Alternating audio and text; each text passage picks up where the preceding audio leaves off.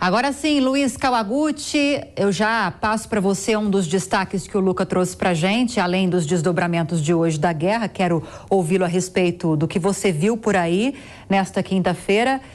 Agora, a Rússia é uma ameaça. Foi com essas palavras, ou por essas palavras, que a declaração do secretário de Defesa dos Estados Unidos conseguiu dar o tom hoje na participação para falar a respeito do andamento dessa guerra. Rússia é uma ameaça? Quero te ouvir. Boa noite, Lívia, Alain e os telespectadores. É sempre um prazer estar aqui com vocês. Eu acho muito significativo, eu acho que duas coisas poderiam ser feitas. A gente tem que ver em conjunto tanto a fala do secretário de Defesa americano quanto do presidente Putin. E eu acho que dois pontos a gente tem que colocar. Um deles, eles apontam para uma possível uma desescalada, ou seja, começando a tentar colocar panos quentes numa escalada de retórica que vinha acontecendo já há alguns dias. Ou seja, o presidente Putin falou que ele não pretende usar armas nucleares, ou seja, que a gente falava de armas nucleares táticas, uma bomba com 1/3 ou 1/5 do poder da bomba de Hiroshima, que poderia ser detonada no campo de batalha da Ucrânia. Então ele vem e diz que não tem essa intenção. Isso é uma desescalada no discurso que a Rússia vinha tomando. Os Estados Unidos também, ele começa a falar novamente sobre paz. Então a gente vê essa possível aí, a gente tá cada dia, russos e americanos estavam elevando o tom sobre a guerra, todo mundo falando em guerra nuclear. E agora parece que eles começam a abaixar um pouco esse tom, o que é uma notícia bastante interessante. E eu queria analisar o discurso do Putin. Ele está totalmente voltado para um público específico, que é a direita conservadora. A propaganda russa parece se voltar agora, principalmente nos Estados Unidos, para as midterms, que são as eleições que vão acontecer aí no mês de novembro, e para eventuais aí escolhas de governo que aconteçam na Europa. Ele deve ter enxergado uma onda mais à direita, uma onda mais conservadora. Então ele está adaptando o discurso, ele tá falando, quando ele fala para os Estados Unidos, ele não fala de combater os Estados Unidos, ele fala em combater, ele fala que quem está causando mal no mundo não é os Estados Unidos, mas uma elite, um grupo de pessoas que estaria influenciando o governo, um grupo de pessoas de tendências liberais. O que a direita, o conservadorismo, muitos chamam de globalismo, chamam de deep state, estado profundo.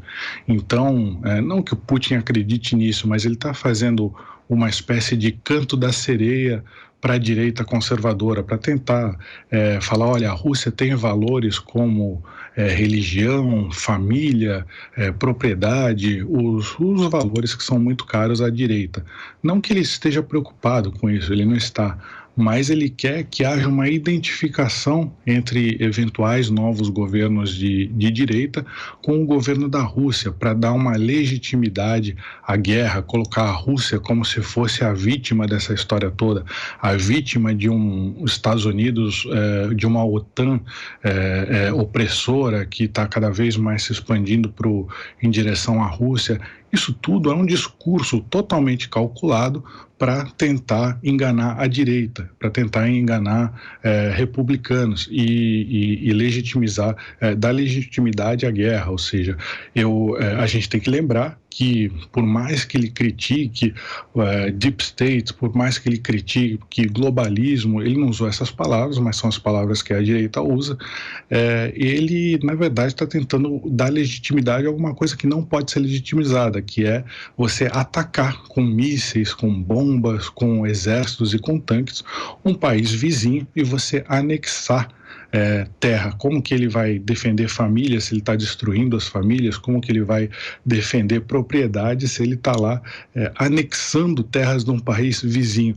Então é um discurso totalmente calculado para um público específico. Isso chamou muita atenção no discurso de hoje. Você fosse chutar, Kawaguchi, para que governos de direita Vladimir Putin estaria sinalizando ou acenando? Porque aqui eu lembro que a própria nova e primeira ministra da Itália, a primeira mulher, né, premier da Itália, que já se esperava dela um posicionamento favorável de Putin, pela história que o partido dela tem com o fascismo, mas ela já se descolou dessa ideia de extrema-direita, de fascismo, inclusive nessa semana. Nem ela manifestou esse apoio a Putin. Inclusive, ela critica a guerra na Ucrânia e os desdobramentos desse conflito, segundo ela, intensificados por meio dessas atitudes de Putin. Para quem ele estaria sinalizando dentro desse contexto de aceno para governos de direita? Lívia, eu acho que você foi fantástica nessa colocação, porque isso mostra que é totalmente artificial essa associação de Rússia com conservadorismo e com partidos de direita. Isso é o que a Rússia, é como a Rússia quer se vender. Ela não é isso. O que eu diria que o alvo principal são os Estados Unidos, é o Partido Republicano. Ele deve estar apostando que o Partido Republicano vai ter uma grande votação nas midterms e vai tirar o que é mais importante para a Ucrânia. Por que ele está fazendo tudo isso? Ele não quer que... o objetivo principal dele não é ser visto como a vítima da história. A Rússia não está ligando para isso. O que a Rússia quer é que os países do Ocidente retirem o seu apoio à Ucrânia, porque é isso que está permitindo a Ucrânia resistir à invasão russa.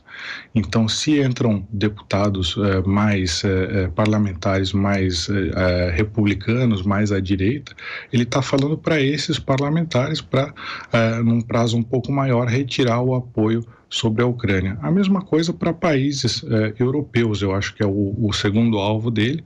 Ele talvez esteja apostando com quedas de governos, a entrada de novos governos aí, depois dessa crise do gás que está se aproximando no inverno.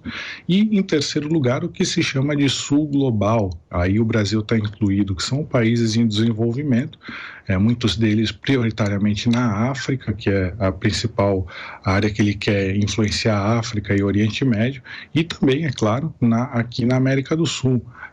Pode até ser o Brasil está nesse bolo, mas o alvo principal dele são os republicanos americanos, e ele quer pegar, na verdade, todos esses governos que entrem numa onda de direita a partir de agora, uma onda de conservadorismo. A gente destaca o Brasil, que tem aí uma força muito grande, o conservadorismo tem uma força muito grande agora no Brasil. Então, claro que o Brasil poderia se encaixar nesse alvo da nova propaganda russa.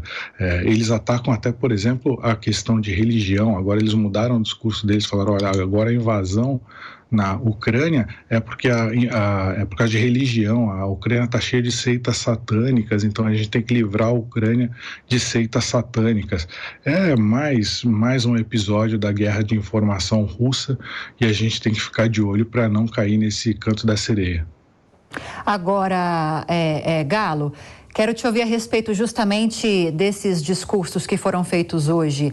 Nessa linha que o Kawaguchi encerrou o comentário dele, sobre não tomar lado nessa política aqui do Brasil, disse que tem vantagens nos dois candidatos, não tem problemas com nenhum dos candidatos, e inclusive nesse discurso ele lembrou da criação dos BRICS, né? Brasil e Rússia fazem parte do grupo em 2006, na época em que Lula era presidente. Ele não mencionou muito claramente, mas a posição do presidente, e não estou dizendo do governo brasileiro, mas a posição do presidente Jair Bolsonaro frente à guerra foi de neutralidade, justamente por interesses econômicos também.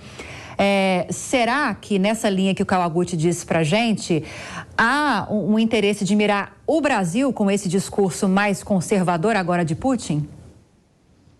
Como eu falei no nosso destaque, né, Olivia, e eu gosto de lembrar muito isso sempre que eu falo de guerra, quando eu falo de países, eu olho um pouco mais com essa ideia da ciência política, e para mim, aquela frase que foi atribuída ao de Gaulle, mas não foi dele, foi de um parlamentar britânico lá nos anos de 1840, que diz que países não têm amigos, têm interesses, né? E essa fala do Vladimir Putin deixou isso muito claro, que do ponto de vista russo, do ponto de vista do que ele planeja para a Rússia, tanto faz se no Brasil tiver o Bolsonaro ou Lula, porque ambos têm essa ideia quase que dessa equidistância pragmática, né? Falando um pouco, fazendo um paralelo com aquela postura do Brasil durante a Segunda Guerra, principalmente em relação ao Getúlio Vargas, mas essa frase dele diz justamente isso, que não importa no final das contas, porque todos os países têm uma relação de interdependência. O que eu acho que pode ter um pouco a ver é ele tentar buscar um pouco mais de legitimidade entre as pessoas. Essa ideia de tradição, essa aproximação que o Vladimir Putin fez com a Igreja Ortodoxa Russa, né, esse verniz que ele colocou, aí eu não julgo se é real ou não, se ele acredita ou não acredita, em relação de valores de família, isso fala ainda, apela um pouco ainda a certos setores mais tradicionalistas, tanto no Brasil quanto nos Estados Unidos. Não é a todos, mas isso fala, né? Fala com uma população. Então pode ser que ele esteja tentando buscar esse tipo de apoio. Apoio governamental do Brasil, ele vai ter à medida que for interessante para o Brasil também. Lula e Bolsonaro sabem que não podem entrar numa bola dividida com a Rússia por vários motivos. A questão dos fertilizantes é uma só, mas também tem a questão da falta de preparo militar, né? Nós, no Brasil, embora tenhamos forças armadas aí minimamente preparadas, a gente é um país que monta, bem dizer, não produz nada, mas importa e monta grande parte dos seus recursos, das suas capacidades bélicas. Então, não tem como você querer brincar nesse jogo aí em que está Vladimir Putin de um lado, China de outro e Estados Unidos de outro. Agora, o que eu reitero é que o Brasil tem agora mais uma oportunidade de, entendo essa posição de neutralidade, essa posição quase passiva da Rússia em relação ao nosso país, nós temos a oportunidade de nos organizarmos em termos de política de Estado para conseguir, numa virada, quando já não for mais China e Rússia, ocupar esse lugar de protagonismo no cenário mundial. Pode soar um pouco, digamos assim, utópico, mas eu acho que é por aí, porque foi por aí que a China foi por aí que a Rússia foi, e nós temos condições de também nos prepararmos para essa situação. Agora, Kawaguchi, em um minutinho para a gente encerrar essa edição, ainda naquela linha que você mencionou para a gente de suavização de discurso, tanto por parte dos americanos como também por parte do governo russo, hoje Xi Jinping, líder chinês, defendeu estabelecer um diálogo mais profundo com os Estados Unidos na intenção de levar paz, de proteger a paz no país e também levar desenvolvimento para o mundo todo, né?